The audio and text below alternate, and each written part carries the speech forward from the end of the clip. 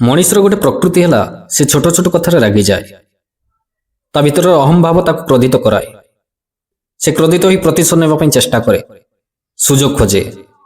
जदि आपण भी छोट छोट कथार रागी जाउचंती, जदि आपण भी काहा उपरे क्रोधित होई प्रतिशोध नेबापी चेष्टा करूचंती, सुजोग खोजचंती, ताले वीडियोटी को संपूर्ण देखंतु। देखिबे आपणक भीतर अहंकार क्रोध सब दूर होई जिवो। तबे वीडियोटी को आरंभ करबा पूर्व मु कहि रखे, जदि आपण माने आम ओडिया मोटिवेशन चैनल को नुआ करी विजिट करचंती ताले चैनल टी को सब्सक्राइब करंतु, वीडियोटी को लाइक और शेयर करंतु। आम चैनल रे आहुरी गुरुत्वपूर्ण वीडियो अछि, आपण माने जाई देखंतु। देखिबे आपण मानकर मन परिवर्तन होई जिवो। तबे चलंतु वीडियोटी को एक सुंदर कहानी माध्यम रे बुझिया पई चेष्टा करिवा। थरे दुई जण पिलांक भितर कोनोसी कारण झगड़ा हला। जणे अन्य जण को बाडिया पिटा करी कुआडे चली गला। एबे माडो खाइथिबा पिलाटी प्रतिशोध परायण होई माड़ देइथिबा पिलाटी खोजी बुलिला। से एते जोरे रागी जाइथिला जे तार संपूर्ण शरीर थरुथिला। से पिलाटी को खोजी खोजी पहुंचिला जणे सन्यासी आश्रम निकटरे। रागी जाइथिबा पिलाटी सन्यासी निकटरे पहुंची सब सत कथा कहिला। कहि सारी शेषरे कहिला, आज्ञा मु ताको केबे हेले छाड़िबि नाही। से केउठी लुचि जाइछि मु ताको खोजी खोजी पाउ नाही। आपणक पाखरे अलौकिक शक्ति अछि। आपण से अलौकिक शक्ति बଳରେ जदि तार ठिकाना मते कहि दियन्ते ताले मु ताको जाई मोर प्रतिशोध नहीं पारंती। सन्यासी जनक किछि समय पय आखि बंद करी बसिले। तापरे आखि खुली कहिले, मु गणना करी जानि पारुछि तुमे ताको पाइबो नाही। हेले तुमे व्यस्त हो नाही। 6 मास अपेक्षा कर, सुनिबो से शैतान आपे आपे मरि जाइछि।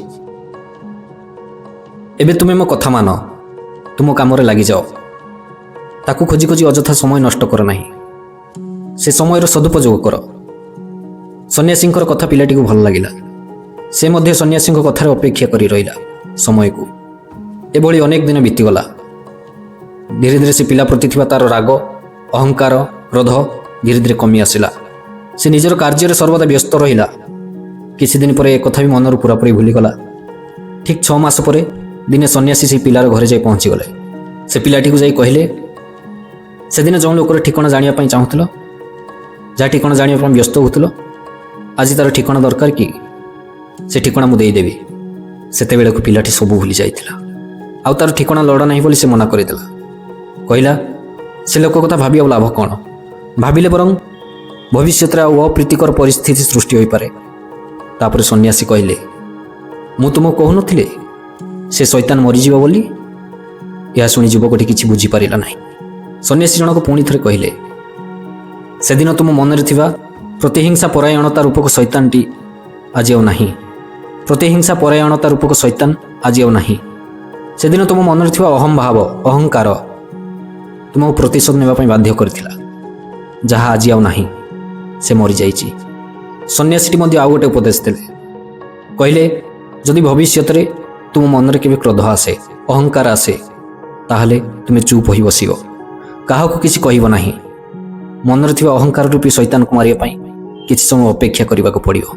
देखिबो से आपे मरि जिवो। सुतरां आमे ए कहानी रु जानिले जे जदि काहा ऊपर हमर क्रोध आसे अहंकार आसे आमे ताहले प्रतिशोध नेबा पई केबे चेष्टा करिबानी।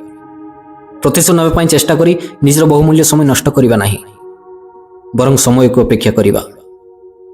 देखिबे आपनक भीतर अहंकार क्रोध सब आपे आपे मरि जिवो। तबे आज पई एतिकी। पुणी आपण मानक सह देखा हबो आउ एक नुआ गुरुत्वपूर्ण वीडियो माध्यम रे। रहूची। जय जगन्नाथ।